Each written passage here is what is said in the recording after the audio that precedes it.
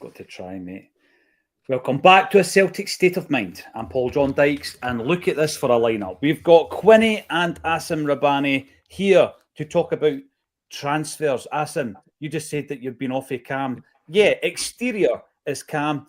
Internally, there's a bit of trepidation, there's a bit of anxiety. And I'm asking myself, would certain people at the football club accept that Celtic comes out of this transfer window weaker than we entered it? And I'm going to say no. I don't think Brendan would accept it. I don't think, the new regime behind the scenes, Paul Tisdale, in place since October, would accept it. And the club as a whole, the fans certainly wouldn't ask him. How are you feeling about it?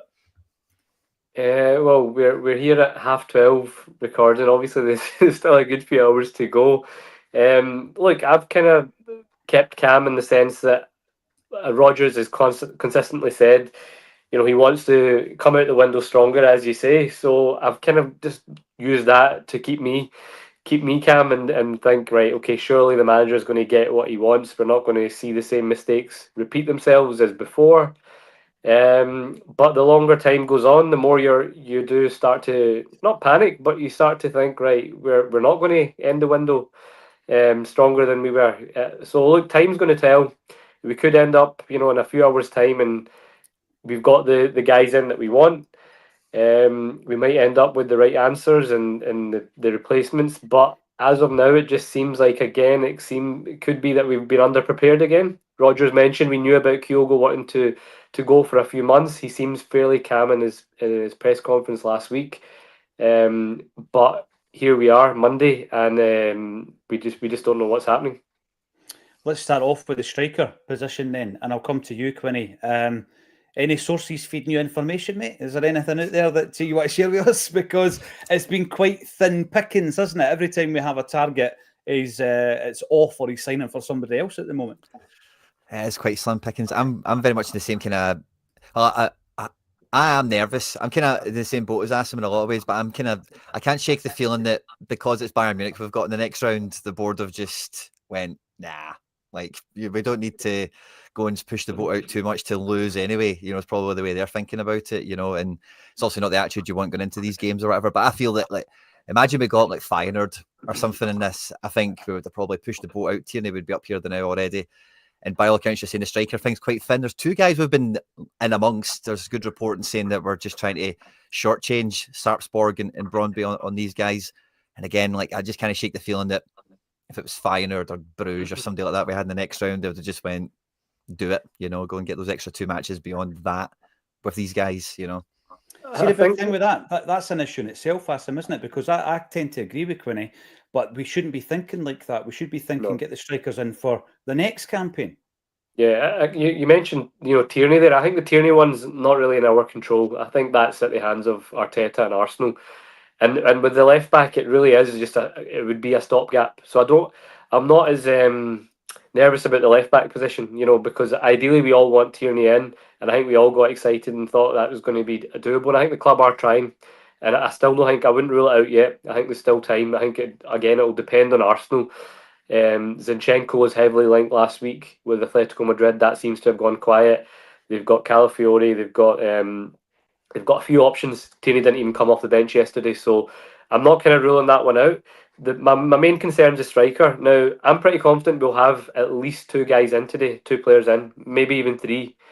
So it's not so much that I don't think we'll cover those positions. I think we'd be stupid not to, and from what I've kind of heard, I think we will be getting a couple in. It's more so now the quality of those players. How far are they down the list?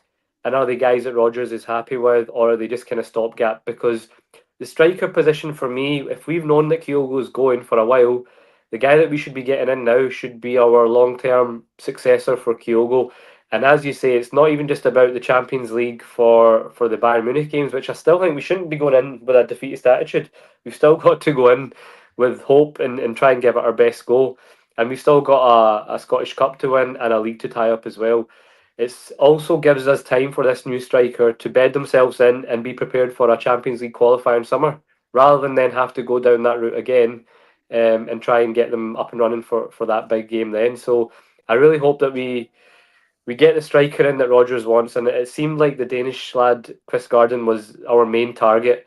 And it appears that Brøndby have up the price, and maybe that's what's holding that back. But again, I'm not ruling out that we will get someone in by the end of tonight. It's going to be interesting, isn't it, guys? Let's have a look at some of the positions, Quinny, because left back and striker, I think most of us are in agreement that we need to strengthen in those two positions. Is there anywhere else? Because we have been linked with midfielders, we've been linked with wingers. Some in the comments still reckon we need a centre half. If there is a third signing, and by the way, I'm counting my chickens a wee bit that Acom's right and we're getting two in. If there is a third signing, what else do we need above and beyond a left back and a striker in your view, Quinny? It would probably have to be another midfielder. I think that's probably the one area of the pitch that we do have good numbers in, but there's not really like a variety. You know, like a lot of them are so similar. You know, there's not much really between them in terms of strengths and weaknesses and the different kind of combinations. Like the weekend, we've seen the three wee guys go out. We've seen Hatate, McGregor, and McKeown. We've seen them use that midfield like 2 or 3 times now. It's not always been that great. And anyway, you know, but we've had lots of. It doesn't really matter too much what the combinations are that he plays, Hatate and Engels or Bernardo and Hatate. It's still kind of the same thing. And as we've seen in a number of the more important matches, like we do need to have like another dimension come in there. And you know, it's a bit of a shame Iwata just never ever get minutes, but you kind of need to replace him in a weird way, you know. But he never really played, so it's a weird one, isn't it? But if and I've heard a lot of people saying like some of the transfers might surprise you, and it might be a bit like, oh, where did this guy come from? We haven't been linked with any like proper like midfielders. You know, they're maybe like attacking players for the most part. So I would find something like that quite surprising and maybe on point with the narrative that seems to be kind of lurking around the Twitter threads and everything else. Yeah, and we keep our eyes on all these threads, and there's certain sources that you place a bit of trust in, Acom. But Celtic have got a habit as well of just taking you by surprise, you know, presenting a player that hasn't really been on many people's radars. And like you say, where in the pecking order are the signings? Because, you know, speaking to anybody in football, they've got that shortlist, and that shortlist is prioritised one, probably down to 5 or 6 for every position. So where are we entering that? What's the entry level? Because if it's 5th or 6th, then that's not great. I guess we'll never know until long after the event. We will be discussing the weekend's action, of course, the one, the only Jota. I want to have a wee chat about offside decisions in Scottish football and how difficult they actually are to look at and say it is or it isn't. And that's a problem in itself. And then obviously we look ahead to things like the transfer window closing, Bayern Munich and everything else. So I'll start with Jota. And I'll come to you, Acom. That's the type of impact player that we are looking for now, isn't it? But we're not looking... Every now and again, we will be presented with an opportunity to bring a player in who you can develop. You can call him a development player or a project player, whatever it is you want to term it. However, we're looking for guys that come in and are first team starters, that kind of level, that kind of quality. And Jota showed that even when he's not at the peak of his powers in terms of fitness and sharpness, that's the kind of impression that he can make in a game. Every time he got the ball, wasn't always successful, but he was positive. He was trying to take people and make things happen. Tell me, sum up Jota's return for you, because, I mean, the celebration reminded many, many people what it's all about, this game of football. You know, the emotion was incredible. It was raw. Yeah, you couldn't have scripted it better. Myself and Quinny were fortunate enough to go to the press conference last week and his unveiling, and Jota, as everyone will know, he's a very open and he's a really good guy to interview or ask questions. He's very open, charismatic, none of your kind of typical robotic answers, and he was quite open even then, just to talk about how he's had a bit of a difficult time, you know, in a professional sense over the last 18 months. And you could just see that emotion yesterday. You know, as you say, as soon as he came on, you know, people are saying he's not, Rodgers and then Jota himself were saying that he's going to take a while to get up to match speed. Well, if that's him rusty, then I fear for the rest of the league's defenders when he's up to full speed. I think it's specifically when he went to the left-hand side, I thought he really livened up and he just looked like he hadn't been away at all. Just straight away, variety in his play, running at players, crosses, having a shot. I think he had about 3 or 4 shots in this short spell on the pitch. Just brilliant, honestly. It just showed you exactly the kind of quality that we're crying out for. And the prospect of him, Idah and Kuhn as your kind of wide options, and obviously James Forrest to come back as well. So absolutely brilliant. Delighted for him to get his goal. Iconic celebration, iconic moment that I think, all of us will probably remember in your kind of highlight reel at the end of the season. And just brilliant to see that emotion from him, because in a day and age where a lot of footballers are a bit robotic in they're media trained and their responses, and they don't show much emotion. I was sitting there watching that with my dad, and we were getting emotional watching it, being like, "That's brilliant to see that," and it seemed genuine. And like Quinny will testify, you could tell from when you seen the guy last week, he doesn't just say things for the sake of it. And I thought it was a really special moment yesterday. It was very special, and in the modern game, Quinny, so much has been lost. That relationship between fans and players, where you could hang about up at Celtic Park as a bairn, or you could even see them sometimes walking up to Barrafield to train. That's been lost, with the modern game, and there's a kind of insular environment when it comes to footballers. Their headphones are on, they're off the coach, they're in the stadium, and they're protected. And I get it, I absolutely get it. They are. For all intents and purposes, superstars, their box office, they've got to be protected, they're focusing on the game and all the rest of it. But what is lost a lot of the time is how maybe the club or the fan base actually affects the player, on a human level, right? And I'm not looking too much into this. I think it's pretty obvious. The reaction to the comments of Chris Boyd and Aidan McGeady, I think, would show that a lot of Celtic fans think the same. This means a lot to players like Jota. That meant a lot to him. I'm not going to say he's been to hell and back. I don't know what's happened in the last 18 months of his football career, but it's obviously affected him on a personal and an emotional level. So when you watch that Celtic unique angle back, and it's just the timing's unbelievable, and he's about to go back and rejoin the action, if you like, but then the Celtic support sing his song, and he turns around and it's just raw emotion. It was a great reminder, Quinny, of why we fell in love with this game. Yeah, it was brilliant to see. And I think like Aidan McGeady, Chris Boyd, whatever, they've obviously never been told, that they're not good enough to play in the Saudi Pro League, and I think like from like a professional level, like when he's going there in the first place for all that money, and like the Saudi League is not held in high regard by many people, so like to be totally bombed out of that, like it's got to, never mind all the stuff that you never know about, like who says what, agents and managers and other players or whatever, but like it did just like, I can't imagine how bad that would make you feel. You go from top of the world, you're here, you're one of the absolute heroes, Champions League goals, full stadiums, disco lights, huddles, all that stuff. And then you go to Saudi Arabia for mega money, and it's like you, two other guys, I think it was Kante and Benzema were the big players when he went over. And it was like the rest of the team are natives.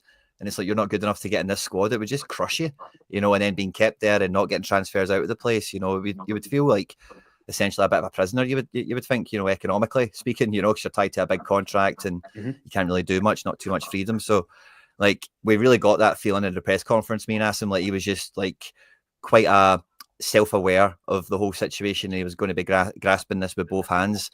And yeah, I'm just even thinking about it, getting like goosebumps and stuff like that, because when you've seen it, like that's what you want from Celtic players. You want them to love it. You want them to be bought in. You want them to basically have a ticket, but they've ran on the pitch. That's the kind of feeling you want from them. And yep. When I heard McGeady saying like, doesn't he get it? I'm like, well, I think that kind of sums up your relationship with Celtic fans overall, because as much as we love McGeady, no one's like head over heels for McGeady. There's always that little bit of aye, but this or aye, but that with him. So didn't surprise me a bit majorly, but it's not nice to hear, because it's just like, come on, man, revel in it, revel in it and enjoy it, but also appreciate that the guy's going through some kind of emotional, let's use the old X Factor thing, the emotional roller coaster, Acsom, hasn't he, over the last 18 months, where his career's been derailed. I mean, prior to leaving Celtic in that big box move, right, he was being spoken about. He was in the long list for the Portuguese squad. He was being spoken about, in terms of making that breakthrough into the international team, which, on a personal level, having spoken to him at the very first press conference when he signed, that was his dream, to play alongside Ronaldo. That was his hero. And that might have happened in all this. To go from that level and fans chant your name to basically being thrown in the scrap heap on the other side of the world, for me, yesterday was huge. And I think that was a bit disrespectful, actually, the comments after the game by McGeady and Chris Boyd. And as much as look, we all slate Chris Boyd and have a laugh at him and stuff. I don't even think his comment was as bad as McGeady's. And look, we're not here to cancel McGeady or absolutely slate him. It just seemed a bit insensitive and a bit ill-toned. Like you said, everyone's different. McGeady grew up a different dressing room. Up and around Sutton and Larson's and all those kind of guys. Different times. And in a day and age where people are encouraged to show a bit of emotion, especially men, whether it's football or anything, any walk of life, then I don't think it should be almost mocked and kind of laughed at or diminished the way McGeady did. He's an emotional guy, Jota. He's a deep thinker. He's quite philosophical. I think he mentioned he doesn't regret what he done because he thinks that's part of kind of life and learning as a person. But yeah, he's gone from playing in front of an adoring crowd who he had an amazing connection with for 18 months, feeling unloved and feeling kind of appreciated, and maybe lost that spark, that joy for football, the thing that he loves doing. So I don't think he premeditated that yesterday. It was probably just an instinctive reaction when you scored a goal and the crowd are all singing your name, and it probably just got to him. And I'm here for it, and I like seeing it. I think it's to be encouraged. And yeah, it's not about the money, because of course people can earn as much money. People might be like, "Oh, you've been away Saudi. What kind of tough time has he had?" Life's not all about money. Emotionally, he may have had a tough time. Like you said, we don't know the ins and outs, but for him getting back playing football, playing in front of an adoring crowd, that probably just meant a lot to him. He probably needed that just to give him that confidence and that spark back. And you seen the smile on his face. So yeah, I think it was great. And yeah, I didn't understand McGeady's kind of comments. Some people, as Quinny said, he never maybe had that kind of affiliation with the fans. Not a lot of players get a second chance to come back to Celtic. He probably wanted to in the latter end of his career. Maybe just a bit of envy, and it just came out. But yeah, like we've all kind of shared, I thought it was a kind of special moment. Yeah, I think so. And then on Wednesday night, of course, the homecoming against Dundee. That's going to be another emotional event. There was one thing, by the way, the Perrys were brilliant at the press conference last week. Got to say that, guys. And we're sharing the clips on the socials rather than just dumping it onto the YouTube channel. So check them out. But one comment that I did like from Jota, talking about being a deep thinker and all the rest of it, or whether or not he gets it, which stood out for me, Acsom, was players and managers, they will change, but the philosophy of Celtic will always be here. And I'll tell you what, he's nailed it. He's absolutely nailed it with that one comment, But yeah, it was great. What was it like, guys, going up to Celtic Park last week and seeing the great man returning and getting close and personal with him? Was it a good experience for you?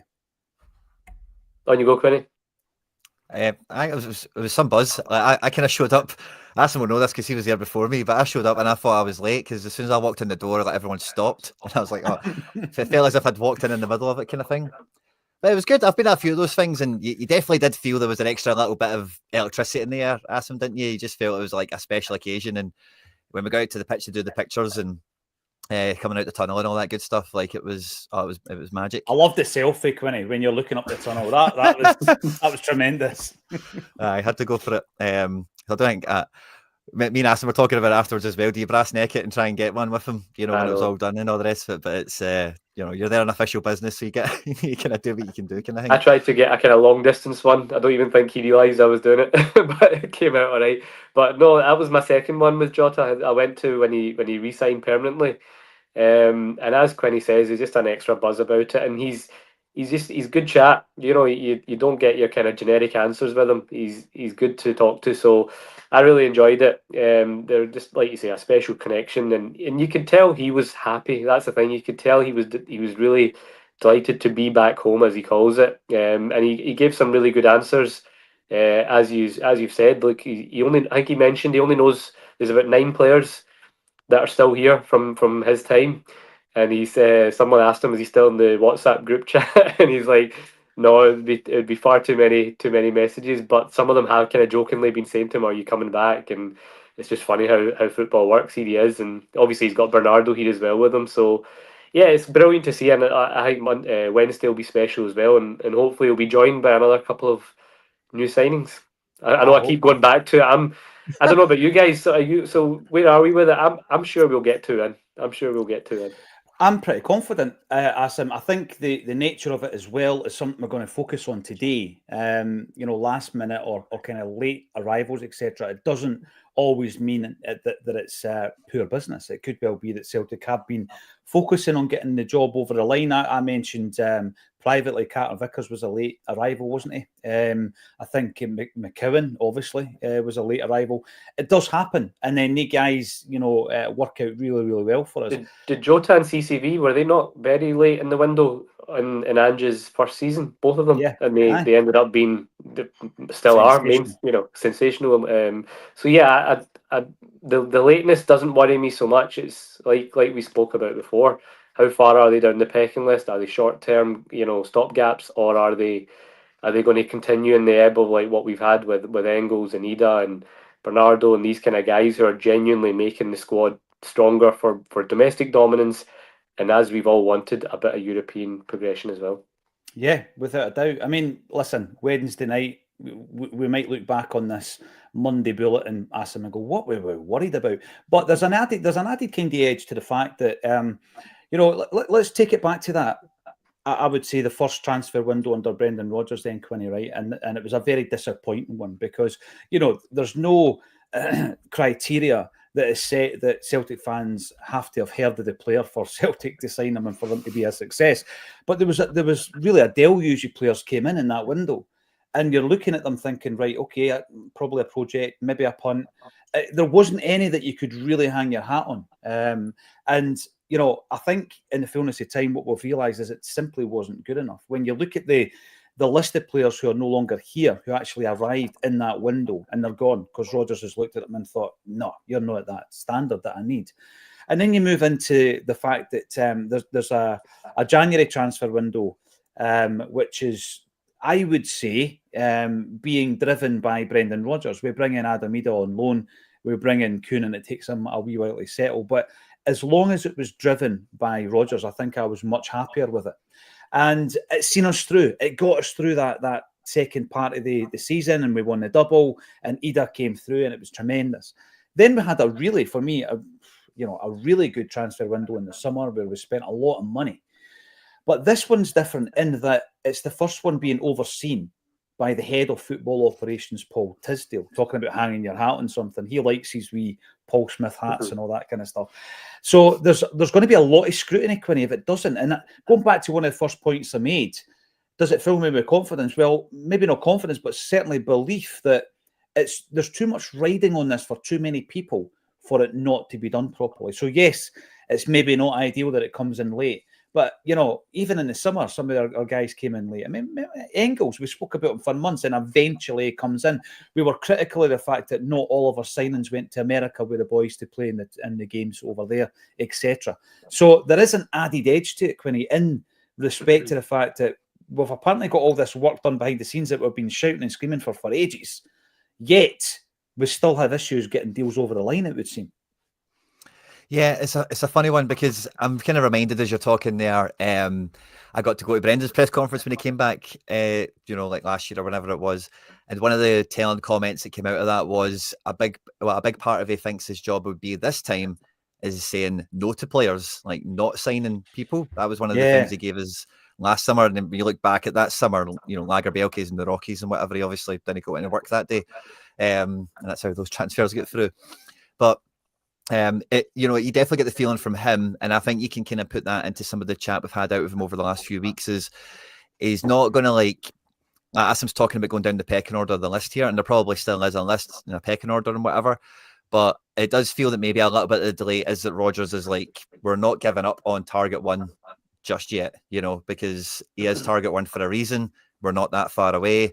And can he, twist Michael Nicholson's arm? Can he get Brøndby to come down a few quid or whatever he is? He's need to trying to work out. So, I think the Tisdale thing is interesting as well, because you would expect with this director of football position, if you look at anyone else, clubs or operators in that sense, like across Europe, they generally are the ones that are driving the transfers overall, rather than it being like Brendan. We got the Ian Atchell link the other day, and that was like everyone straight away saying the same thing. It's Brendan's phone book to the rescue again.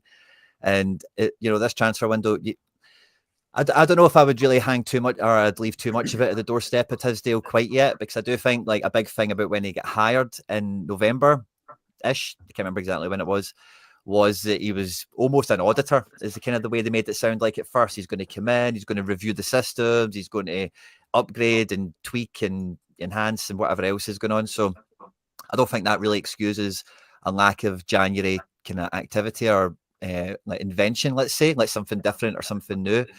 But it does maybe explain a little bit why there might not be the same kind of level of activity. But I would expect that, like I made a joke on here a few weeks ago that our transfer window starts at full time at the Young Boys game, because at that point then you know where we're at. And so I do think that there is like stuff lined up and all the rest of it. But it's I'm worried that kind of clash of Brendan saying no to players or wanting to stick with an actual guy that's good enough versus the work that's been done maybe does clash off each other, and we end up with, like, you guys are really confident of 2 or 3, and I'm on board with that, but I've just got this little nervousness that it's maybe nothing, or it's maybe one guy on loan or something, you know. The thing as well, again, like you guys, every time I speak to anybody who's got their finger on their pulse or who's close to the situation, closer than I am, I just, I'm a sponge to gather as much information as I can. And I always remember the story around how things changed when Brendan was in first time round in terms of recruitment. And that, they would have regular meetings where players were being presented to him. Now, I'm happy, if Schmeichel is the result of Brendan picking up his phone and phoning him, and that's the result of it. I'm happy with that. I'm happy with the fact that, we don't have to scout Jota, because we know, he's not going to ping up on our recruitment database in the last 18 months because he's not been performing, yet we know what he can do. Therefore, he's a viable option. I'm happy with that as well. I'm happy if an agent comes along and presents you with a player and it works. I've got no issue with that whatsoever. But the one element of signing and recruitment that I don't think we've been great at is this data-driven recruitment. And that was the one I had the opportunity to ask Brendan about 2 Octobers ago. And, he's spoken about data recently, and so far as it was like he doesn't read too much in it. I think he trusts the people within the football club to give him that as one element of either a player's performance or signing a potential player, but he doesn't put all his eggs in that one basket. And I'm quite happy with that, Acsom. There's different ways to sign players, and sometimes it could be a last-minute thing. I always go back to the famous, and there's probably been an element of this in the Kyogo and Jota signing where we've chanced them a wee bit because we're negotiating with them, right? But there was that Dennis Irwin thing where Howard Wilkinson's a manager of Leeds. Dennis Irwin used to play for Leeds when he was younger, and he wants to buy him from Man United. So he phones Alex Ferguson, and Fergie says, no chance. What's the chances of signing Cantona? Chances he's met. And it becomes one of the most sensational transfers in English football history, because things were happening behind the scenes at Elland Road that Fergie knew nothing about, and Wilkinson was keen to get rid of him. So I have no issue how we get them here, Acsom, at the moment, as long as the quality is there, and as long as what Quinny says there, they get rubber stamped by Brendan Rodgers. Yeah. You look at a lot of our iconic signings over the last couple of decades, they've just been through, contacts or people that know, like Wim Janssen knew Henrik Larsson, Dr. Joe knew Lubo Moravcik, And with Kyogo, yeah, brilliant. So a lot of the time that's how we end up with a lot of our greats. So that we don't have an issue with that. But obviously in this modern day, a lot of the modern football clubs and top football clubs that are aspiring to kind of get talent before it's too late and out with the reach, especially given the kind of budget that we have and where we can aim to try and sign players is before they become out with our reach. We have to kind of be on top of data. I think that's important. We have to try and use these tools as well. So I think it's a combination of how you go about your recruitment. It's a mix of using the data, using the recruitment, and then also using your expertise. And I think with Brendan, he's obviously done that in the last couple of windows, whether it was Schmeichel, obviously this time again with Tierney and Jota, players that the club know. Ian Nacho link, again, might have been Brendan, as you said, Quinny, using the phone book. Chris Garden, we've been rumoured with for, 2 and a bit years now. So it doesn't seem like any of the kind of strong rumours we've had this January have been anything new, anything kind of fresh. So that kind of maybe adds to Quinny's point that in terms of Tisdale, I don't know if he's really we're going to get the fruits of what he's meant to be doing in this particular window. But whatever it may be, it does seem like the club need to be a bit more proactive, and I think that's why, look, we're rumoured with the Norwegian winger, and I'm not going to try and pronounce it because I'll absolutely butcher it, from Sarpsborg. But for example, if we were to get him in, people might say, "Oh, we've already got plenty of wingers," but I don't mind that because it's forward planning. Who knows what Nicholas Kuhn's plans are in the summer? So having an extra winger in, Jota and Kuhn, Maida, Forrest, and then bang another one. To me, that's more like what we should be doing, forward planning. The striker situation, I feel like we could have addressed in the summer. We should have had 3 strikers in, I felt. And now we're obviously in a situation where we're an Idah injury away from having to then rely on Maida up front and then moving him out. It's not a good situation to be in, and that's partly why I'm pretty confident someone's going to come in today. Who it is remains to be seen. But I'm looking. I've got Sky Sports News on in the background. It's 1 p.m. and there's not a peep of even kind of murmuring. So it could be, as you say, something that just comes out of absolutely nowhere, and it could be a player that we've not even heard of so far. Yeah, great point Acsom makes here about managers using their phone books, Quinny. I mean, it's done us no bad over the years, isn't it? I was going to say Ronnie Dyla, Stefan Johansson, give us that legend, or maybe Christopher Ayer. But then I was thinking, who would Tony Mowbray's be? Was it the Tony Mowbray? Fortuny, Marc-Antoine Fortuny, yeah. No, but like a good one. A But good did he one. sign somebody that was left behind? Was Key a Mowbray guy? I don't know. He was Mowbray. Was he?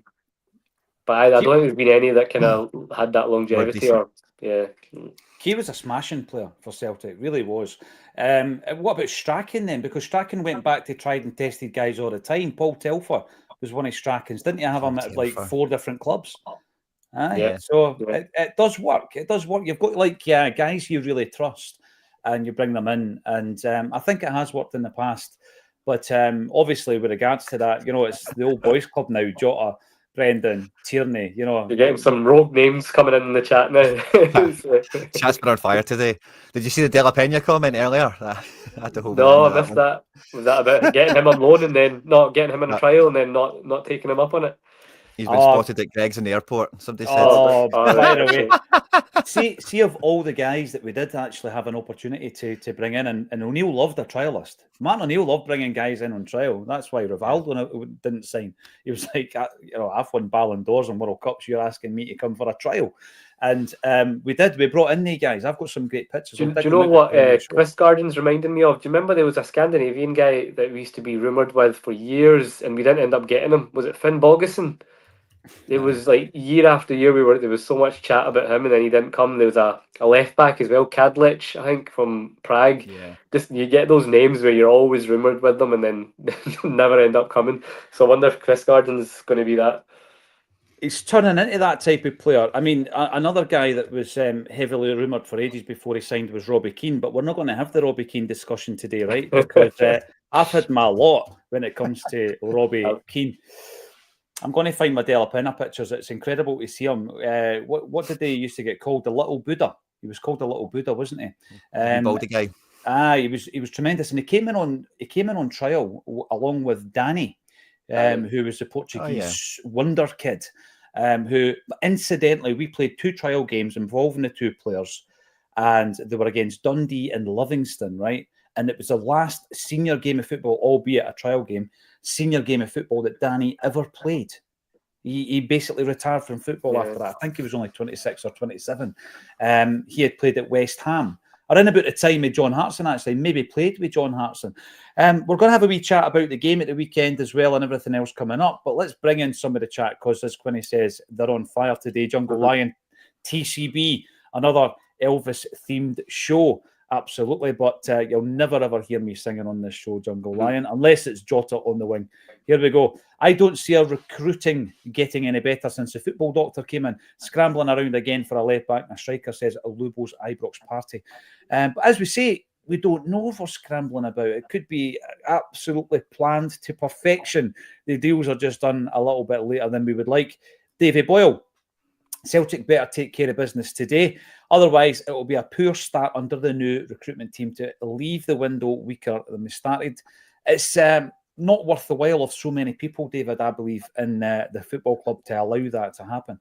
And Davo, Is this the window the Celtic board finally end up with egg on their faces by constantly gambling for the last minute deals?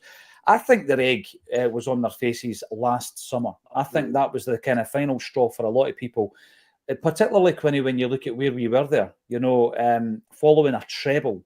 And it was like, let's strengthen again. Let's go for it again. We lose Jota and we just buy a plethora of wingers and all these guys that, Bernardo worked out. The rest of them, not so much. And I don't think any of them are going to come out of the shadows. Like Nawrocki's not going to all of a sudden, catch Brendan's eye at training and add to his 9 minutes of football this season. So I think the egg was firmly on the faces last summer. I don't think this would be. I mean, let's look at the window so far. We've got Jota in, right? So we're doing something right. We've got Jota in and we've shifted loads of players out. So Jota has arrived from Rennes. Who have we moved on? Let's have a look. Stephen Welsh joined Mechlin on loan. We've also got Odin Thiago home away to Los Angeles FC on loan. Alexandro Bernabe, we've done some great business with him. We managed to get a good deal and he's away to Brazil. Kyogo away to Rennes. I'm pretty sure if we ran a poll right now as to whether or not you would have kept him, most people would have said yes. And Louis Palma out on loan to Olympiacos. So at the moment, I know, we Louis. But in saying that, we're back in the summer. We've still got Yang. Yeah. The thing is, Bernabe has blazed a trail in that respect, Quinny. A wee bit like, what's his name, Jack Hendry. You put him out to pastures new and you think, right, okay, we're going to end up getting 300 grand for this guy at the end. And they go out and they perform really, really well. So I think there's an option to buy for about 4 million quid on Palma. But I think Bernabe's shown that works sometimes, doesn't it? Oh yeah, definitely. And I think if anyone was going to pick up Palma, because we obviously bought him from the Greek league, you would hope it would be Olympiacos. They should know what they're getting from him, and he should be able to play football there. That's been our problem with him, So I've just, but as soon as I got happy to see that he was on his way out on loan, and you cross your fingers, it's a Bernabe. I've just got a feeling he's going to be back in the summer, and we're going to be like, oh, here he is again. He'll be showing up in all the pictures. He'll be smiling and happy, and he'll be like, just rubbing our faces on it a wee bit. But I was going to say it's actually a good move for him because Olympiacos, current Conference League holders, they're in the Europa League last 16 now. Obviously, they're always thereabouts for the Greek league, so that's a pretty good move for him if he can rediscover some of his form. But as you say, Quinny, I think he'll be back. Where did it all go wrong, Acsom, for you when it comes to Louis Palma? Because there was a moment last season where, his figures were brilliant. He's scoring in the Champions League. He was contributing positively. His form fell off the edge of a cliff when we came into the colder months, November, December, that dip in form. And remember when he missed the 2 penalties? Yeah. I think that was the beginning of his kind of confidence really dipping, and his kind of people question his attitude, and he's smiling after missing those. And I think he's obviously his stats were really good this time last year for the first half of the season, but I just think he lacks the kind of pace and dynamism, a bit like David Turnbull as well. I just thought Turnbull just didn't ever really have that athleticism and just kind of speed of thought or speed of play that allowed him to thrive at Celtic, and I think Palma was the same. I always wanted to see him try and play in that kind of number 10 role because I thought technically he was capable, but I just don't know if he had the kind of characteristics needed to succeed at Celtic, and I just don't think he will.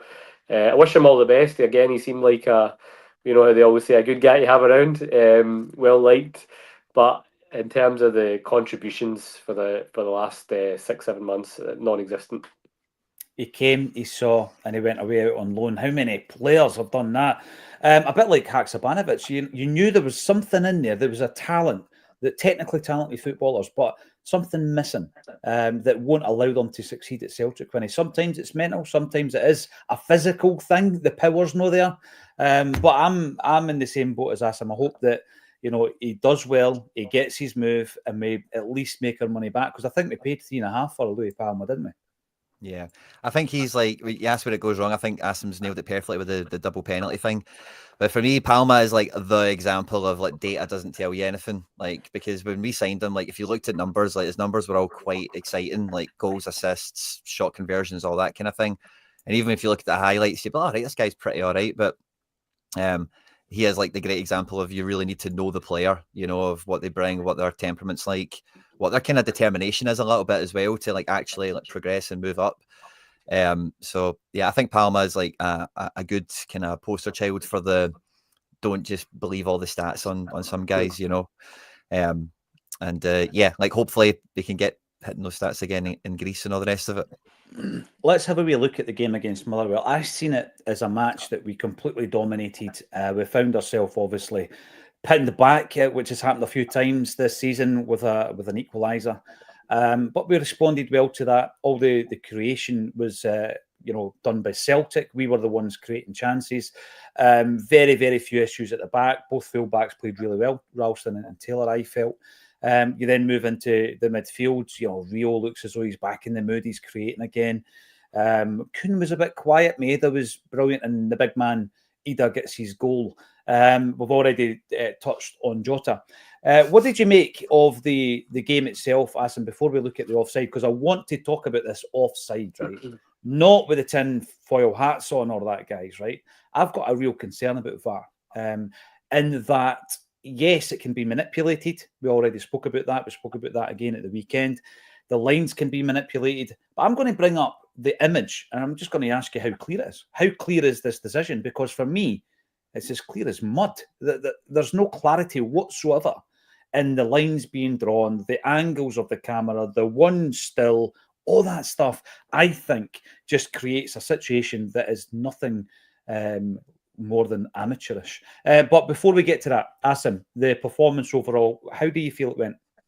Yeah, on the game itself, I thought it was a strong performance from us. Obviously, the perfect start, but we've seen similar at Dens Park against Dundee. So the worry was, are we going to tail off and regret not using that dominance to get a unassailable lead? So when Motherwell scored, it was a bit of a worry that it was going to go down that same pattern. But I thought we responded brilliantly. The goals were excellent.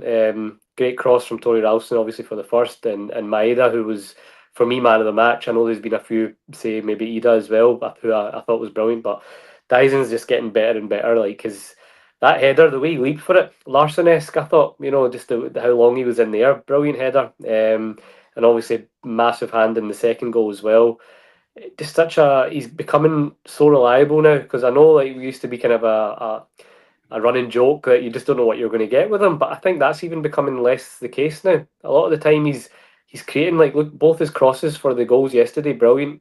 His finishing now, he's becoming more reliable as well. Just a really, really tremendous season he's having, and putting himself right up there for player of the season shout. But performance-wise, I thought we controlled the game. Motherwell were really poor. I know there's been a lot of chat about Motherwell and Kettlewell and all that situation, which some of it I find quite interesting as well, because a lot of the media just kind of, I know we're not here to talk about Motherwell, but just thought I'd get this out there that they seem to think that you can only have one or the other. Play either decent football and have poor results, or turgid football and finish higher up the table. They're not mutually exclusive. I know Motherwell are sitting fifth, but I've been hearing on the phone-ins for quite a while, a lot of Motherwell fans saying that the style of football they're not happy with. So you could see that yesterday. Basically, they're not very good. They're not very ambitious. I don't think they caused us any bother at all in the second half. But part of that was our game management. I thought Rogers mentioned that after the game. We looked controlled, and we kept going for the third goal. And I thought, a 3 or 4-5-1 wouldn't have flattered us, but for obviously a couple of the offside goals, which I know you want to talk about. But yeah, overall, really, really impressive performance from a number, and I was delighted to see Adam Idah getting on the goals again. And I thought one of his best performances. These last two games have been much more like what we've seen of Adam Idah last season, and like that Rugby Park performance. So yeah, we're kind of kicking back into gear at the right time, which is good to see. And I think 3-1 flattered Motherwell, to be honest. I'd agree with that. Another couple of offside goals. I mean, young boys will be kind of famed for that. 3 goals chopped off, Quinny, in one game. And then you look at the goal that was forced. The own goal was forced by Idah. He follows it up with a brace against Villa. He then gets another goal against Motherwell. So, yeah, absolutely. Looks like he's turned a corner, Quinny. The confidence and the sharpness is there. Yeah, I thought like we didn't really get out of second gear yesterday, to be honest. I know they made it a bit tight with getting their goal and just putting a wee bit of jeopardy into the match or whatever, but really felt like we were in cruise control for large periods of it. And I think like Adam Idah is like, we were chatting about earlier, like coming out the window weaker. I don't know. To be controversial or whatever, there is an argument that the front three or the front line isn't any different really, and maybe it's stronger with Jota in for Kyogo. And I think like when you see, there's a few times on my breakdown of the game when you look at like when Adam, Idah, Maeda, Kun are all in the front three, you get they're much more willing to set each other up. Cutbacks and tap-ins is a big thing for us, obviously, we know that. But Kyogo is like, until those couple of games he had recently where he was playing out in the wing, never passes to anyone, ever, And Idah, I think, benefits twofold from Kyogo not being in the building, in the sense of like, he's not got that pressure of, if I make a mistake, I'm going to get benched or I'm going to get hooked. And he wasn't really even making much headway against Kyogo anyway. So he was like kind of losing position. Now it's totally reversed for him, where he's totally in control. He's going to be playing. He's the number one striker right now as it stands. And he doesn't really need to have in the back of his head, I hope Brendan doesn't get annoyed that I just messed that up, or I didn't make that run, or I didn't do that quite perfectly like we did it at training. So he's got a little bit more freedom to like be himself and play his game, as it were. And even when Jota comes on, like, I think that the substitution element now of that, we've seen the change of shape, like Maeda going into the middle across a few substitutions with Jan coming on as well. And that felt like the best way we've changed up the front line in probably about 2 or 3 months. Really, like every other time we've changed up the front line, made subs, even when it's been Kyogo for Idah, Idah for Kyogo, it's not really injected anything into the game. And I wouldn't necessarily say Jota was amazing and really changed much, but it did feel that the front line was just way more hand in glove, way more synchronized. And even though Maeda played all across the front and substitutions were happening all over the place, we only looked better as the game went on, I felt, up front. When Kun comes off and you're looking at that thinking, right, all eyes on Jota, you think, well, that's a bit unfair on Kun. He's had a brilliant season. And then, as Acsom says, at the moment, if you were to vote for a player of the year, you probably vote for Maeda. So we've got so much talent on the wings. I just think we're maybe a situation with regards to Jamesy. We don't really know the impact of him coming back, the impact of the injury on him coming back. And I'm not happy with Yang, but everybody knows that listens to this show. But another thing I'm really unhappy about is the constant poor decision making when it comes to VAR on offside. Right? Let's talk about offside for a moment. So we'll bring it up here. This, for me, is what VAR should bring you. Now, we could argue the toss about whether or not an arm should make you offside. But my point that I'm making here is that there is this wall, if you like, and if you're beyond it as the attacking player, you're offside. Right, everybody knows the rule. But if that guy in the Argentina strip's pointing right to us, Quinny, right, then if you use the Scottish VAR, we don't know if he's offside or not, because you don't know the angle. You don't know you've not got the 360 angle of that player. And that is what I think is an issue here. I mean, look at the lines. This is Etch-a-Sketch level of evidence, right? So you've got Idah making his run. Is that O'Donnell behind them? Is that Stephen O'Donnell behind them at Motherwell? Is that who? Probably. Yeah. And okay, you've then got somebody manually dragging lines down, and we've seen the lines moving. By the way, they're not always, the red line and the blue line are not always parallel, which is an issue.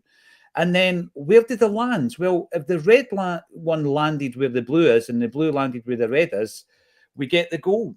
And who's to say where they land? Without the actual 360-degree angle, you will never, ever know. And the issue I've got here is, you know what, maybe that was offside, but I'm not convinced from that image that it was. And I don't think anybody could be convinced, Acsom. And the issue we've constantly talk about youth development. We might touch on Cummings leaving for West Ham. Youth development, we can't develop youth players because we're hamstrung by the Scottish football's inability to have a reserve league. I remember when they scrapped it, it was money. It came down to finances. They had to ring fence a 5-figure sum every season, and too many clubs says, no, we need that money for other things, right? So the reserve league was scrapped. Celtic suffer. And then VAR, we don't invest in a decent VAR system. It's tin pot. Celtic has suffered more often than not on decisions like this. That is when it comes down to human perception. It shouldn't have to. We should be able to, in this day and age of AI, there's your cameras, everything's set up. You tell me if it's offside, and the system tells you if it's offside. That's actually coming down to a human looking at that, drawing the lines manually and saying offside. It could easily have flipped the colours of those lines easily from that image, and he's onside. Yeah, that's the thing. We were promised it was meant to be, a black and white decision. It wasn't meant to be any doubt over it. It's all meant to be computer generated, but it just seems like it's guesswork. It's not the first time at Fir Park as well that there's been dodgy lines being drawn and dodgy camera angles. So it's just all a bit tin pot. If we've got as you say, it's the cheap version. It's for me, even in that shot that you showed there, I don't think you can even see when the pass was made, or when are they stopping the image from? Yeah. So it's not even clear from that.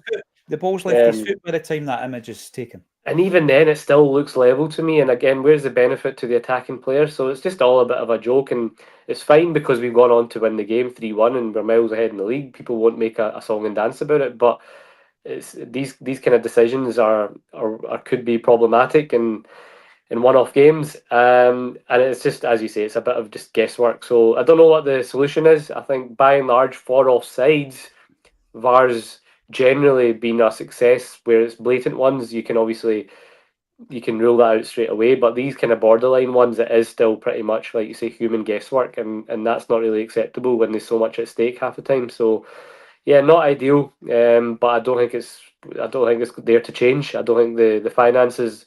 The other clubs, as you said, Celtic can afford to get an upgraded version, but it seems like we'd be on our own in that sense.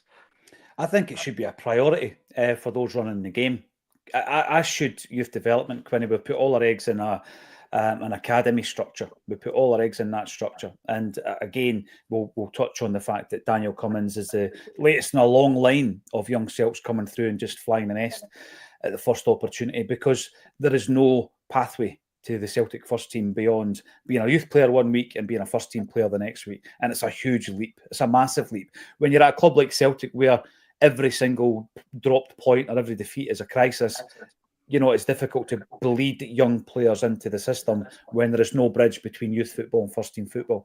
But I feel the same. I feel as strongly about VAR. I think we're let down by the system, the authority that we're working under, and it should be a priority. I mean, you're watching these European games, or you're watching a big tournament, and you're thinking to yourself, right, they can zoom right round, they can look at it from above, they can tell you, right, without any doubt whatsoever, yeah, he's offside or not. That there is not clear at all.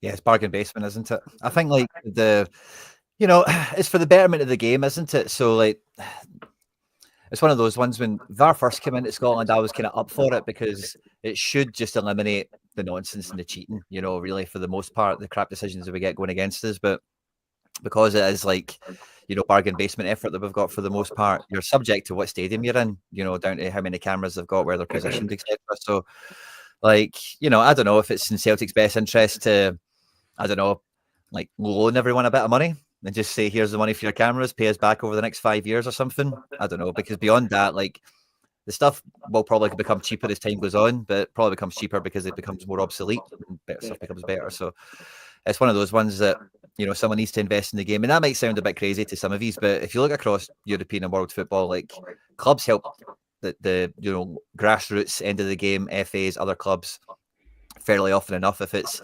ultimately mutually beneficial, because football at the end of the day is it's a community-based game, and for big important clubs that are based in the community, you always want to see them keeping the local community aspect of it alive, as it were. So I think for the game overall in Scotland, like the reserve league and the youth development part does kind of dovetail into it a little bit as well, because youth development in Scotland has been quite underserved financially for a long time, but reserve football is kind of gone across the board anyway. Like if you look at any club in our kind of league, as it were, and especially the kind of zone that we are moving into now with the kind of new format, the Champions League and whatever, the majority of them farm people out into other clubs within a network, perhaps, or even just within certain leagues across European football, because reserve football is never going to really develop players the same way that playing in, like, even like playing, like, let's call a spade, playing like Scottish Reserve League probably wouldn't develop anyone as good as playing in that second division of Austria that we've sent some boys into,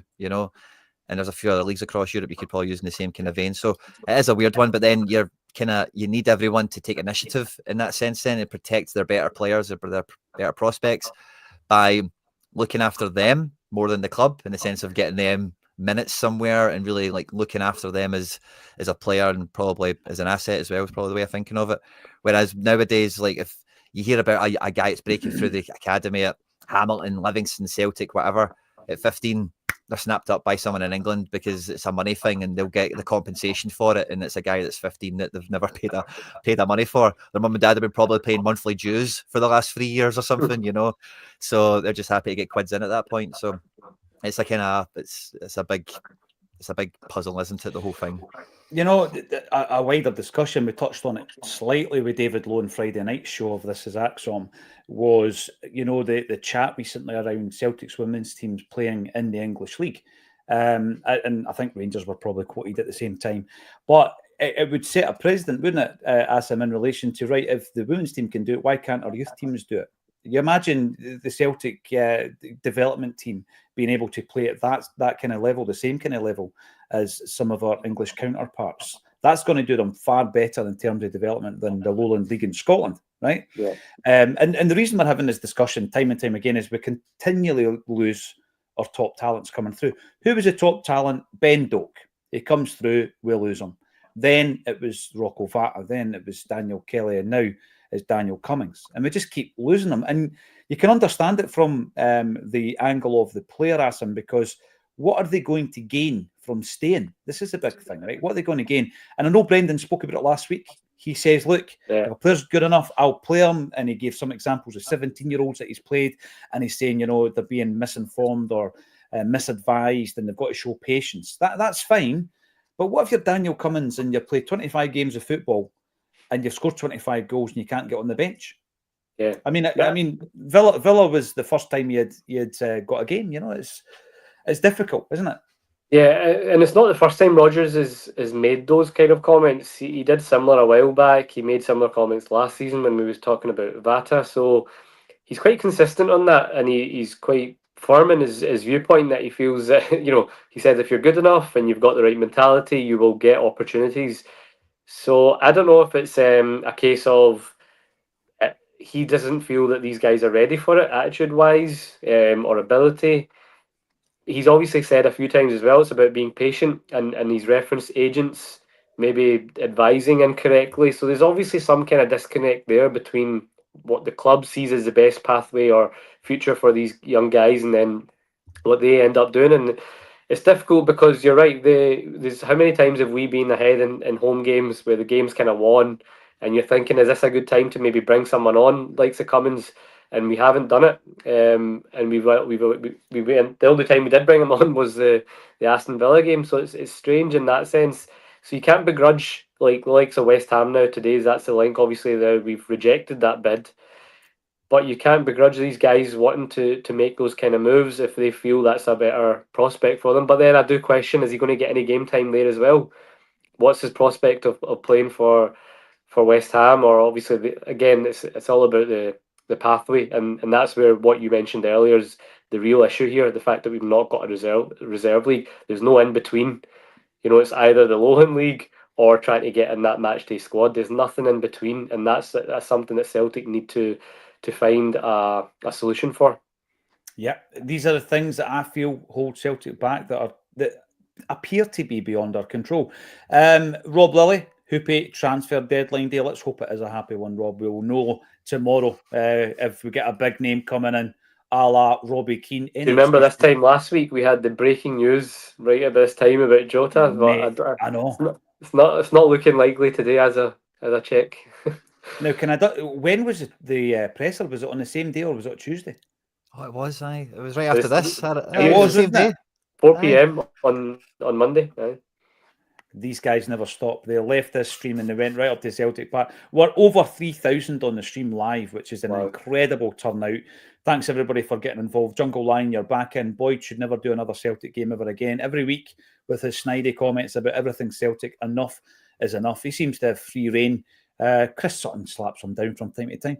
Barry O'Sullivan, Jota looks like he will wear the number 7 with pride and passion. You were talking about envy, one of the 7 deadly sins earlier on, guys. Well, we've got a superstar back in the number 7 jersey. Lewis Palma, if he does come back, won't be wearing the number 7. Anyone know when it starts? Matthew, we start on a weekday at 12:30 every day. and 30 minutes before every single game as well. Thanks for getting involved. And we've got the Brown Warrior 119. Are the same fans who questioned the price we paid for Idah now asking Celtic to overpay for Fitzgarden in order to satisfy their own wants? That's an interesting wee scenario, is it not? I think what we need to do is get used to the fact that if we buy a player for £10 million plus, know what we're getting. Because what I mean by that is Engels, right? Engels has had so much criticism this year from some supporters. And I keep saying, right, is he worth £11 million? Well, if we were to sell him today, would we lose money on him? The answer to that is no. So therefore, he is worth £11 million. What a pass, by the way, Quinny. He played in the lead up to Jota's goal. It was tremendous. It was Matt O'Reilly-esque, dare I say. Yeah, it was brilliant. And I think like that kind of shows you, again, like actual money and the transfer value, it's quite abstract in this day and age. Like it is just all about who you're dealing with and the situation of it all. Like, because like we can't, it's not the 1970s or something like that where you can kid on you've not made a lot of money this year. Like everything's very well reported. People know how much you've just sold a guy for. They know that you've just qualified for the next round of the Champions League. And like Adam Idah, the thing with Adam Idah and Engels maybe to a little bit with the transfer fee, I think is what gets a lot of fans is that we've kind of got done over the barrel by it. Where they seen us coming down the road. With Engels, they seen that we just got a big wad of money for O'Reilly. We couldn't have been proactive enough to go and buy him before selling O'Reilly, and then we'd have got probably fairer market value, as it were. Same thing with Idah. So it's just one of those ones where it's kind of like the price of doing business, for better or for worse in some cases. Nicholas Kuhn's obviously a good example of that in recent windows. So with Fitzgarden, I'm very much in the same frame of mind. Like the last thing I heard was that they want more up front, whereas we want to stage more on payments and appearances and whatever. And if that's the case, like, yeah, just pay whatever it is. Just if Brendan wants that guy and it's quite adamant that this is target number 1 or 2 or whatever it is, number 1's off the table, so he's number 2 now, number 1. Then yeah, I'm in that boat of just spend the money. But I was very much the same thing with Engels, less so with Idah, because I just felt like £9 million is a different price range of striker all of a sudden. Yeah. Like Fitzgarden, what we're realistically talking about here, the difference between 10 and 14, really it's the same thing in that scale, isn't it? Rather than Idah, people wanted for about 4 or 5 to then go till at 9, that's different a bit. But this, it's just get it done. And I think if it is a structural thing rather than the actual valuation so much, Quinny, then you'd imagine that's something we can come to some kind of agreement with by the end of the day, if that's all it is. And maybe all this kind of waiting about and links with Iheanacho and whatnot could just be our way of saying to Brøndby, look, you're going to miss out completely. And obviously, look, the player's been linked with us for quite a while. There's got to be an element of he might be wanting a move and saying to them, look, I want to go as well. So there's only so much at that point Brøndby can do. So I think there still could be legs in that yet. Likewise, Kieran Tierney. Can you imagine a double announcement later on? And if Tierney ends up outside Celtic Park, there'll be quite a sizable gathering, I'd imagine. But yeah, that's me being very optimistic, obviously. Is that the player, guys, that would force us to do an emergency broadcast? Probably. I think so. Not many others, but he would definitely force us to do that. Final comment from Saul Goodman. Better call Saul. Thanks for supporting the channel. Question: if a Saudi investment came through to elevate Scottish football, what would be the best first initial investment to elevate the whole league? Everybody wants new players. This is the thing, right? Like whenever we talk about Celtic and redeveloping Celtic Park and the main stand and all the rest of it, and museums and hotels and everything, Quinny, right? What happens if your striker's not scoring goals? They'll say, "Oh, we should have spent the money on him. We should have got a new number 9." So I think football fans will instantly want money to buy players, but what they should be looking at is infrastructure. They should be looking at youth development. They should be looking at all these different things. Get all that in place. But that doesn't feel sexy enough to a big investment company. I mean, just locally, we've got obviously Dunfermline Athletics, a team that probably resides about 5 miles away from where I live. And they had German backers. One of them, or a couple of them, were involved with St. Pauli at some point. They came in and they focused on things like the training facilities. Dunfermline used to train down at Petrivi Park, which is a public park just down the road there. So they invested in all the rest of it, and in doing so, didn't invest in the team. And so they were kind of run out of town. And that's just what happens in modern football, where they're actually looking at something that the club might benefit from for generations. However, we're not seeing instant success on the football park. Therefore, sling your hook. And they have. they've slung their hook unceremoniously. So yeah, I don't know, guys. Am I right in saying that, or am I just? Is it too much of a broad brush to say that in terms of investment?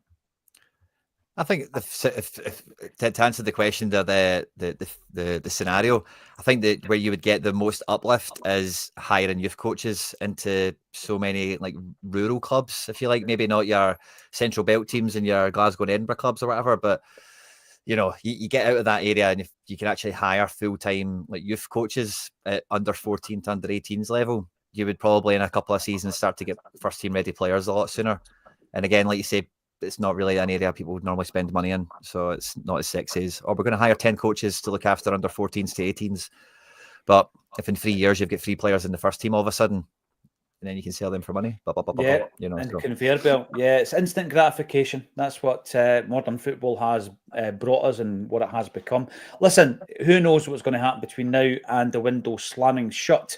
But if it's something big, we might just do an emergency broadcast. Thanks, everybody. We're still over 3,000. I feel bad switching you all off. Thanks, everybody, for getting involved. If you haven't done so already, give us a big thumbs up on the video. Subscribe to the channel. And if you want to come and see us live, we're going to be with Johan Mjalby in a few weeks' time at Gracie's. And the ticket link is underneath this video.